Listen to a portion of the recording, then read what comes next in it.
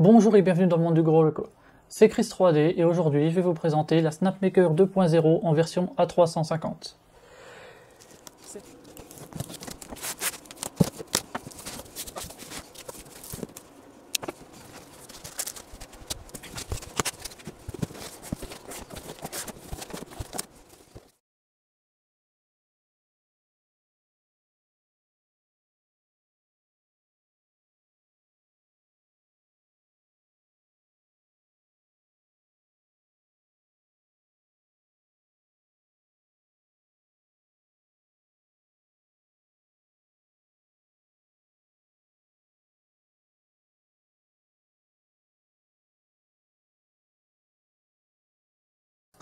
Donc cette machine est une machine à trois fonctions différentes, donc une seule à la fois bien sûr, donc soit la CNC, soit la gravure laser, soit l'impression 3D.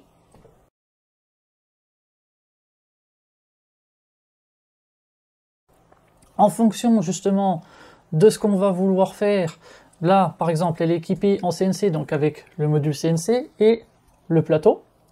Il va falloir changer donc le plateau, donc en dévissant les vis du plateau, et en installant le nouveau. Pareil pour la tête, on dévisse les 4 vis qui se trouvent derrière, et ensuite on peut prendre une autre tête et venir la mettre à la place, tout en revenant brancher notre connecteur. C'est tout bête. Le châssis est très rigide, les axes sont des modules identiques, on peut les intervertir si on le souhaite, il suffit de correctement les brancher après derrière au niveau de la carte. La machine est vraiment de très bonne qualité. Les axes sont robustes, la machine ne bouge pas d'un pouce, la base et toutes les pièces de la structure sont en aluminium. Chaque axe de cette machine fonctionne avec des vis trapézoïdales. Donc ce qui fait qu'on ne pourra pas atteindre des vitesses très élevées en déplacement et qu'elle va être plus bruyante. Elle est conçue pour faire de l'impression 3D, de la gravure laser et de la gravure ou découpe CNC. Justement, ce qui fait le plus d'efforts, c'est la CNC, donc il faut obligatoirement des axes où il n'y a pas de jeu. Et pour ça, il faut des vis trapézoïdales, on n'a pas le choix. On va commencer tout simplement par l'impression 3D. On a un plateau donc à remplacer, donc il faut qu'on mette ce plateau sur la base. Il est donc chauffant, on a le câble là derrière, donc j'ai fait juste une petite pièce pour pouvoir tenir le câble, pour éviter de venir l'accrocher quand le plateau revient en arrière. Donc s'il est avec une base magnétique et un bultac à double face. La surface d'impression est de bonne qualité. J'ai même été un petit peu trop proche au niveau du plateau, j'ai eu du mal à décoller les pièces. Mais ça c'était de ma faute. Mais autrement, après avoir réglé, l'adhésion est très bonne. Ça se décolle avec un petit peu de difficulté. Même si des fois, on peut se permettre de prendre le plateau et de le plier un petit peu. Hop, je poser ça là.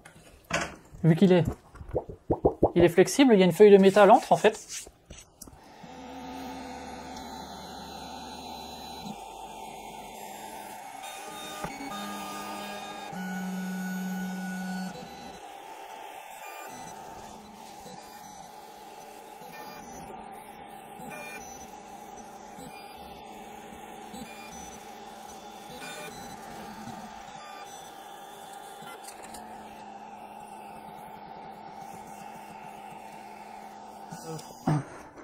La partie imprimante 3D donc m'a donné de très bons résultats. Autant qui m'a fait vraiment une qualité bluffante, je trouve. Aucun effet aucun effet de wobble, la qualité est superbe. Franchement, j'ai adoré.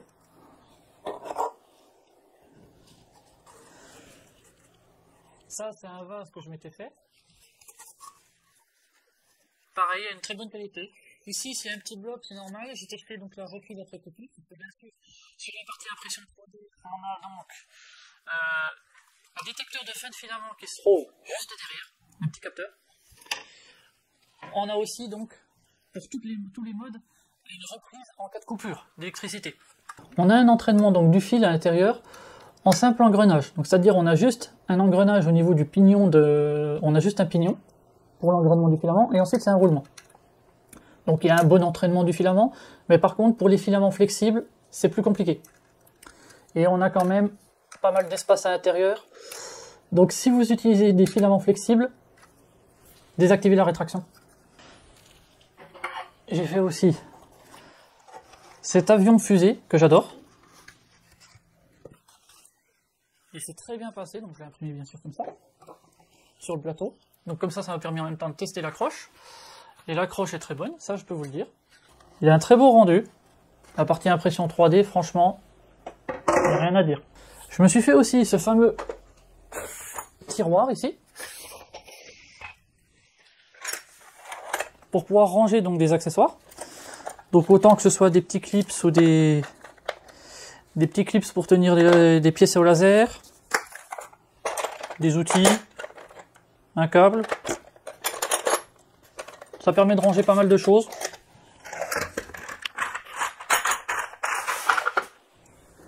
Et c'est pratique, je trouve. Sur la machine, ils fournissent aussi, hop, que je dise pas de bêtises, voilà, des petites cartes comme ça. Ils en fournissent deux petites cartes plastifiées qui servent de carte de calibration. Donc, par exemple, pour l'impression 3D, pour faire notre Z offset, on vient mettre notre buse et puis tester, donc régler avec la petite carte. Pareil pour la CNC, on utilise ça pour venir approcher notre mèche, notre outil, de la pièce à utiliser. Ça permet de voir si on est proche ou pas. On a aussi dans le kit d'outils, donc bien sûr la clé USB, mais on a un petit outil. Au début, je me suis demandé ce que c'était. Et en fait, c'est un outil qui nous permet, si jamais on veut démonter un de nos axes, parce qu'ici en fait on a une feuille de métal, entre guillemets une feuille de clinquant, c'est du métal fin qui sert de protection pour nos vis trapézoïdales. Et cette protection, si jamais on veut démonter, on sera embêté pour la remonter parce qu'il faut que ce soit très tendu, d'accord? Pour tendre cette pièce, il faut prendre donc cet outil et venir ici, on desserre les vis en passant la clé Allen à travers les trous, et ça permet de maintenir une certaine tension pour ne pas qu'ils viennent ripper et venir vous couper, parce que c'est très tranchant. Et pareil, il sert aussi donc à l'insérer. Donc au cas où vous avez besoin de démonter, pensez à utiliser ce petit outil. J'ai pu aussi imprimer donc du filament flexible, ici, qui vient autour de mon écran. J'ai fait une petite coque de protection ici. Après donc la partie impression 3D, je me suis mis à tester le laser. Donc pour le laser, on a un plateau spécifique qui est composé de 4 plaques en aluminium, comme ça, qui font penser un peu à des radiateurs pour l'électronique, avec un revêtement noir. Ces plaques, donc, on vient les mettre les unes à côté des autres. C'est rien de compliqué, hein. Et ensuite, on utilise des petites pièces pour pouvoir tenir. Hop, voilà, excusez-moi. Voilà. Donc eux, ils fournissent donc des petits patins en silicone. Voilà. Donc ils permettent de tenir, par exemple, imaginons, hop, la petite plaque là. On vient prendre le petit patin et on l'emboîte dedans. Ce qui n'est pas forcément pratique et évident. Je trouve qu'ils sont pas très bien adaptés. Ce que j'ai fait, moi, j'ai cherché un petit peu. J'ai trouvé des pièces qui correspondaient, qu'on peut utiliser, qui sont simples, et je les ai imprimées en TPU. Donc, c'est du TPU 95 de chez Husson, je crois. Et ensuite, on vient simplement mettre nos pièces, comme ça.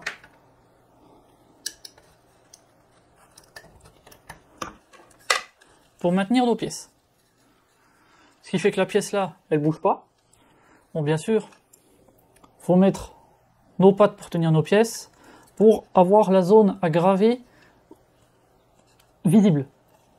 Donc ça, il suffit simplement d'adapter la fixation en fonction de la pièce qu'on a à fixer. Mettez les pattes qui correspondent. Donc justement, pour fixer les pièces, je vais utiliser ça. C'est des petits patins imprimé en TPU. Après, les patins d'origine, les silicones qui fournissent peuvent faire l'affaire. Mais si vous avez du TPU, faites-vous quelques petits patins comme ça, c'est pratique. Pour la gravure laser, pensez à bien aérer la pièce, voire même à mettre un système de ventilation, d'aspiration, pour justement récupérer ces vapeurs et les évacuer ou les filtrer si vous pouvez. Moi, je me suis fait un petit système.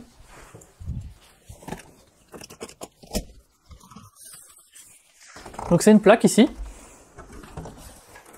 qui est en polycarbonate alvéolé, que je ne dis pas de bêtises, ça coûte pas bien cher. J'ai fait une découpe, j'ai mis une grille d'évacuation. Je me suis fait donc un coude imprimé en 3D, relié à une aspiration. Je viens le mettre dans ma fenêtre. Et là, ça évacue. Bien sûr, faut que j'ouvre le volet. Mais ici, je vais pas dire que c'est complètement étanche, mais ça me permet, même s'il pleut, de pouvoir faire une évacuation à l'extérieur. Donc pour la gravure laser, donc j'ai essayé pas mal de choses. Donc ça, c'est les échantillons qu'ils fournissent avec au début. C'est du contreplaqué de 2 mm d'épaisseur, que je dise pas de bêtises. Et donc on peut faire de la gravure. Ici c'est mon petit chien. De la découpe, bien entendu. Et on peut même découper plus épais. Il faut faire juste un nombre plus élevé de passes. Mais c'est tout à fait faisable. Le rendu que ça donne, donc la découpe du laser, ça donne un rendu brûlé sur le côté. C'est un aspect intéressant. Franchement, c'est sympa, moi j'aime bien. On peut faire de beaux objets de déco. Donc la découpe et la gravure sur du bois, ça fonctionne très bien. Ici, je me suis acheté donc des petits blocs de bois qui sont assez sympas. Donc pareil, une petite gravure pour mon chien. Ça fait une petite déco sympa. Et puis j'ai testé sur du cuir. Donc ça c'est, on va dire, c'est du simili cuir. C'est un jeu de cartes que j'avais avec un étui, parce que j'avais pas d'autres pièces en cuir chez moi. En tout cas que je pouvais graver, sinon j'aurais saccagé, donc ce serait dommage. Donc et la gravure se passe très bien. On peut faire soit juste un trait comme ça pour faire un contour. Ça rend super bien. Je pense même que c'est peut-être mieux de faire un rendu comme ça pour certaines choses. Ou directement de la gravure pour personnaliser des éléments. Imaginons un étui pour un téléphone, si on veut le personnaliser. J'ai gravé aussi donc du plexi, celui-ci doit faire 2,5 mm d'épaisseur, à peu près je dirais. Donc j'ai voulu aussi faire la découpe, mais je m'étais loupé. J'avais pas fait assez de passes et assez puissantes. Mais par contre, c'est en essayant qu'on apprend, j'ai pu donc faire une découpe pour celui-ci. Il était encore un tout petit peu collé parce que avec la chauffe, parce qu'il faut pas oublier que le laser ça chauffe, ça a fait fondre un petit peu le plexiglas et il venait donc, il restait un tout petit peu collé. Mais en prenant la pièce, en pliant un tout petit peu, elle s'est décollée et j'ai pu la voir. Et le rendu est très bien. Donc découper du plexiglas et même, je dirais simplement faire la gravure parce que j'ai fait donc de la gravure au milieu, ça fait un effet vraiment sympa. On peut pas graver sur de l'aluminium ou de l'acier. Le laser est pas assez puissant et surtout le problème en fait, si on veut graver, plus le matériau est réfléchissant et brillant, plus on aura du mal à graver. Plus il faudra un laser puissant, voire un autre type de laser. Un laser au CO2 c'est peut-être bien mieux. Mais par contre, pour de l'aluminium qui a un revêtement anodisé par exemple, ici j'ai un revêtement, donc c'est des petites plaques qu'on peut acheter pour faire, imaginons, des plaques pour son chien ou pour mettre quelque part. Ça enlève la partie de la peinture et ça fait un bel effet. En passant bien sûr sur le site de Snapmaker, je mettrai le lien en description, on a un abac, entre guillemets, des paramètres à peu près par défaut pour graver telle ou telle matière ou les découper avec le laser. Donc ce qui est vraiment utile quand on n'a pas du tout d'idée de comment faire. Après, je vous conseille toujours de prendre un matériau, de faire un tout petit carré de test pour vérifier que les paramètres correspondent. Par exemple, pour découper, je me suis fait plusieurs essais, et c'est au 5e essai que j'avais le bon paramètre pour découper des petits carrés, par exemple, dans le contreplaqué. Pensez bien aussi à, quand vous utilisez le laser, mettre les lunettes de protection. Elles sont très importantes, et elles vous protégeront des rayons du laser. Bien sûr, il ne faut pas mettre sa tête sous le laser, c'est trop dangereux. Ne mettez surtout pas votre main sous le laser aussi pendant qu'il grave, vous allez vous couper, vous brûler. Mais ces lunettes, donc, elles sont bien certifiées CE. Avant, j'ai vu qu'il y avait d'autres versions qui avaient des lunettes vertes, il n'y avait pas la certification CE. Et elles protègent bien jusqu'à 540 nanomètres. Et notre laser, ici, a une longueur d'onde de 540 nanomètres. Voilà. Ces lunettes peuvent se porter directement avec une paire de lunettes. Voilà. Il faut bien, pensez bien à les plaquer. D'accord? Voilà pour l'aspect sécurité du laser. Pour la partie CNC,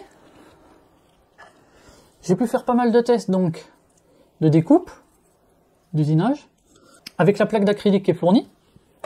À la base, c'est hop, c'est celle-ci.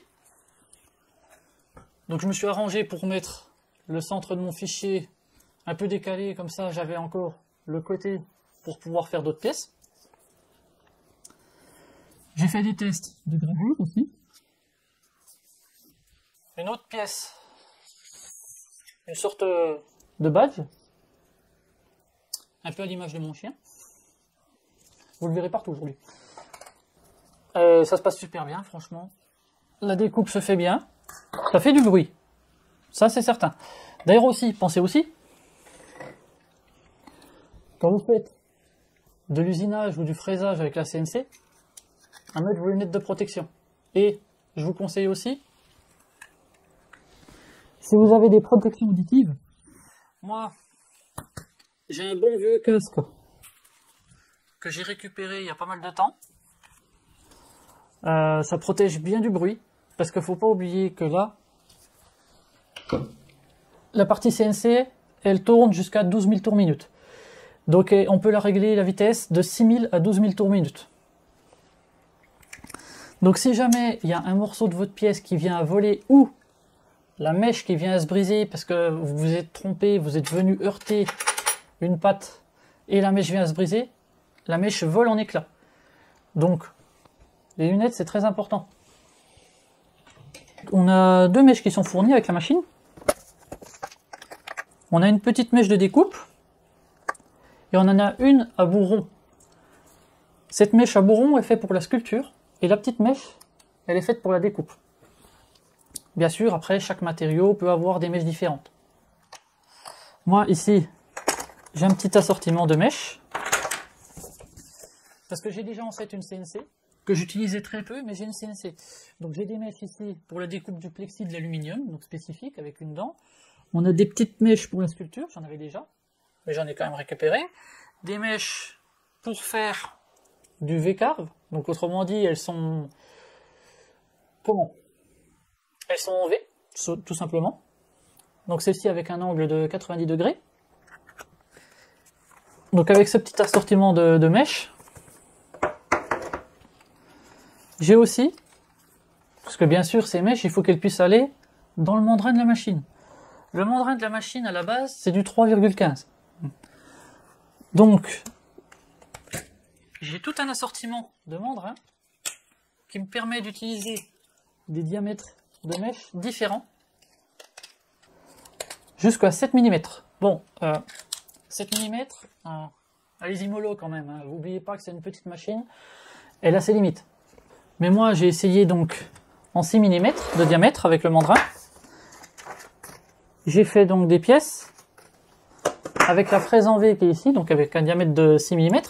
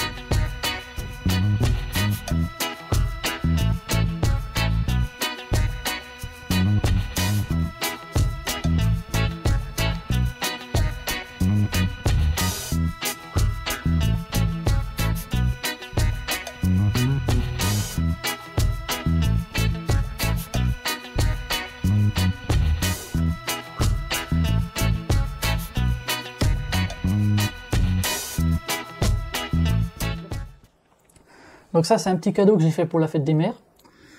C'est une gravure personnalisée. Et tout a été fait avec cette mèche. Bon, sauf les deux tout petits trous ici, c'est normal, ça permettra de faire.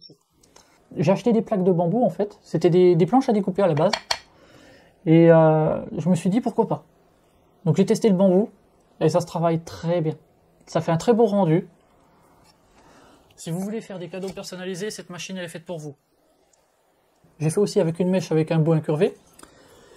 Donc cette pièce qui je pense finira en dessous de plat. Je vais lui mettre je lui ferai un bon coup de vernis et ça fera un très bon dessous de plat. Le rendu est vraiment sympa. La découpe est très propre. Après, bien entendu, tout dépend des paramètres de coupe que vous utilisez. Parce que la CNC, ça s'apprend. Mais il faut du temps un peu. Donc sur le bois, aucun problème. L'acrylique, aucun problème. Même donc sur celui-ci, c'est de l'acrylique teinté pour protéger des rayons laser en 450 nanomètres. J'ai fait une découpe dans un panneau avec la petite mèche de 1,5 mm. Ça s'est très bien passé. Bon, puis je me suis dit après tout, hein, j'ai des fraises qui sont faites pour l'aluminium. J'ai de l'aluminium, pourquoi pas essayer? Ça, c'est une plaque d'aluminium de 5 mm d'épaisseur. D'accord. Ça, c'était fait avec mon autre CNC. Faut pas en tenir compte. Par contre, cette pièce-ci, que j'ai designée, juste comme ça, pour faire un test, parce que j'avais pas vraiment de pièces à faire, en fait, en aluminium. Je l'ai faite donc ici. Faut y aller gentiment, hein, bien sûr, parce qu'il faut pas oublier que c'est une petite machine, faut pas mettre trop d'efforts non plus sur la partie CNC. Mais le rendu est très bien. La pièce a été faite sans problème, aucune casse. Donc même si on veut faire quelques petites pièces en aluminium, ça peut valoir le coup. Mais il faut y aller doucement. L'avantage, on va dire, c'est que vous avez une machine, et si vous savez que vous avez un projet, enfin des petits projets qui demandent un petit peu d'impression 3D, un petit peu de gravure laser, un petit peu de CNC, vous pouvez changer donc le plateau et la tête et faire selon vos besoins. Par contre, si vous êtes un maker qui a besoin de faire plus de pièces, donc c'est-à-dire et qui a la place surtout.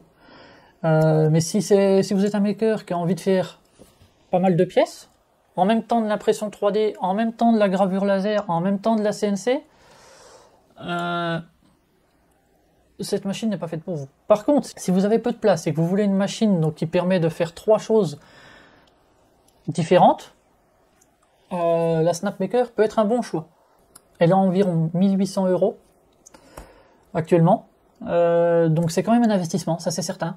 Faut pas oublier que si on prend une imprimante 3D et une gravure laser, ça reviendra sûrement moins cher, d'accord. Mais faut pas oublier qu'il y a la partie CNC. Cette partie CNC, faut pas oublier que c'est quand même déjà du plus costaud qu'une CNC 3018, imaginons. Donc pensez bien que le prix d'une machine, donc une imprimante 3D, une gravure laser, plus une CNC, ça fait déjà, imaginons, 3 places comme ça. Donc ça vous prend 3 fois l'espace de travail. Ça fait quand même conséquent. C'est à vous de décider si vous voulez une machine qui fait 3 choses ou si vous voulez 3 machines différentes. Et bon, comme certains l'auront remarqué, derrière moi, ici, je me suis procuré par mes propres moyens le caisson de la Snapmaker A350. Déjà d'une, pour me protéger un peu mieux des rayons laser, parce que les plexiglas sont donc teintés et pour protéger tout simplement donc des rayons laser en 450 nanomètres. De deux, pour avoir une aspiration et une évacuation à l'extérieur plus simplifiée. Donc ici il y a un ventilateur avec une gaine derrière pour avoir une ventilation. Donc ça me permet après de le rayer à mon aspiration et à le mettre à l'extérieur. De 3, de me protéger et d'éviter qu'il y ait trop de poussière quand j'utilise la fraiseuse CNC, la gravure CNC. Comme ça, en fermant les panneaux, il y a quasiment aucun copeau ni débris qui peut passer en dehors du caisson. Ce caisson est fourni avec un capteur aussi qui détecte s'il y a une ouverture de porte. Donc que ce soit celle-ci ou celle-ci, on a une détection. On a des bandes de LED à l'intérieur qui permettent un éclairage assez uniforme, donc ce qui est pas mal. J'ai rajouté aussi une petite structure, donc avec des pièces que j'ai designées moi-même, parce que j'avais des profils en aluminium et j'avais des équerres. Je me suis dit, bah tiens, je vais les récupérer, je vais me faire une petite structure pour pouvoir poser des choses. Donc j'ai designé ces pièces ici, qui sont bien pratiques. J'ai fixé mon support à filament à l'arrière, et j'ai mis un passe-cloison pour le tube PTFE. J'ai mis un petit tube PTFE comme ça.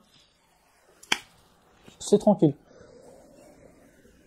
Puis qu'est-ce que j'ai fait d'autre? Ah oui, j'ai fait un truc tout con. Ici, sur l'enclosure, la porte, quand on la mettait comme ça, elle avait tendance à pas se fermer complètement, puis à chercher à se rouvrir, à se refermer, je veux dire.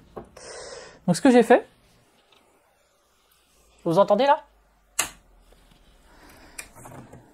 J'ai collé un aimant ici, et j'ai changé une vis ici, pour mettre donc une vis standard en acier. Comme ça, quand j'ouvre la porte, elle ne viendra plus s'ouvrir. Voilà. Et donc bien sûr, la Snapmaker, je l'ai enlevée de l'enclosure pour vous la montrer. Mais une fois dans l'enclosure, franchement, c'est quand même bien plus pratique. Avec la machine, on a un logiciel qui est fourni, qui s'appelle Luban. On peut, avec ce logiciel, donc communiquer avec la machine directement en Wi-Fi, ce qui est pas trop mal. Envoyer les fichiers par Wi-Fi, ou directement lancer en liaison Wi-Fi. Bon, moi je vous cache pas, je préfère envoyer les fichiers par Wi-Fi, et ensuite lancer les fichiers depuis l'interface. C'est beaucoup plus pratique. Par contre, le logiciel Luban, donc il peut faire l'impression 3D, la CNC et la gravure laser.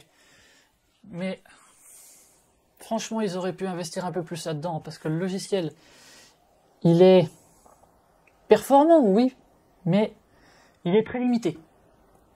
Si vous voulez faire des choses spécifiques en impression 3D, mettre des supports manuels ou certains paramètres avancés, il va vous falloir utiliser Cura ou Simplify 3D ou un autre slicer. Si vous voulez faire de la gravure laser spécifique, imaginons, hop, comme quand j'ai fait ici, j'ai dû faire en 2 étapes. J'ai dû faire d'abord ma gravure et ensuite ma découpe. J'ai pas pu faire les deux en même temps dans mon programme. Donc ce qui fait qu'on est limité. Il y a moyen de se débrouiller avec. Mais par contre, ça vaut le coup d'utiliser un autre logiciel pour le laser. J'ai pas encore exploré tous les logiciels qu'il y a donc pour le gravure laser. Il y en a des gratuits, il y en a des payants, il y en a des biens, il y en a des moins bien. Voilà. Bon.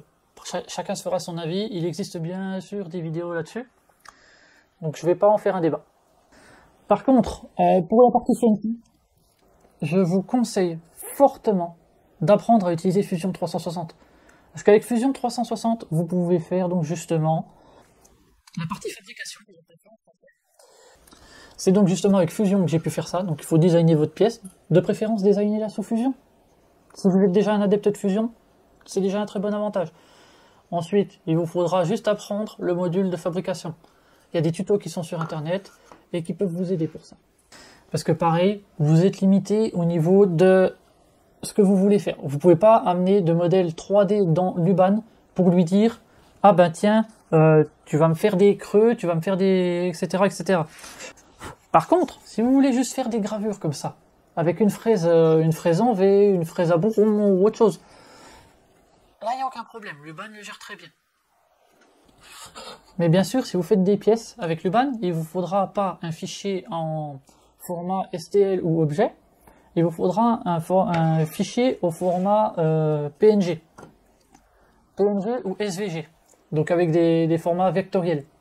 Donc après, il existe sûrement des tutos sur internet qui pourront vous aider. Moi, je ne vais pas étendre le débat. Donc cette machine a quand même tenu ses promesses, même je dirais plus que tenu, parce que on peut faire de l'aluminium avec. Même si normalement, c'est pas conseillé d'en faire. Pour moi, ça a été une bonne découverte, une très bonne découverte, je dirais. Pour quelqu'un qui veut être polyvalent, qui n'a pas beaucoup d'espace, ça vaut le coup. J'ai pu tester aussi donc le SAV, parce que j'avais le module laser qui ne fonctionnait plus. Il s'allumait, mais il ne gravait plus la matière, en fait. Et j'ai reçu un autre module laser au bout d'une dizaine de jours. Donc le SAV est quand même réactif, parce qu'il ne faut pas oublier qu'il y a le transport, etc. Pour résumer, une machine robot, un SAV qui fait son travail, elle tient ses promesses, elle a quand même de bonnes caractéristiques au niveau de la surface d'impression, le volume de travail. On va dire l'inconvénient qu'elle a, c'est qu'elle est lente en impression 3D, ce qui est normal. Faut pas oublier qu'on est avec un système donc de vis trapézoïdale, donc on n'est pas avec des courroies. Je veux remercier le Guerrero, donc Dominique, parce que c'est grâce à lui donc que j'ai pu tester cette machine. Je vais remercier aussi donc les supporters de la chaîne qui sont ceux-ci.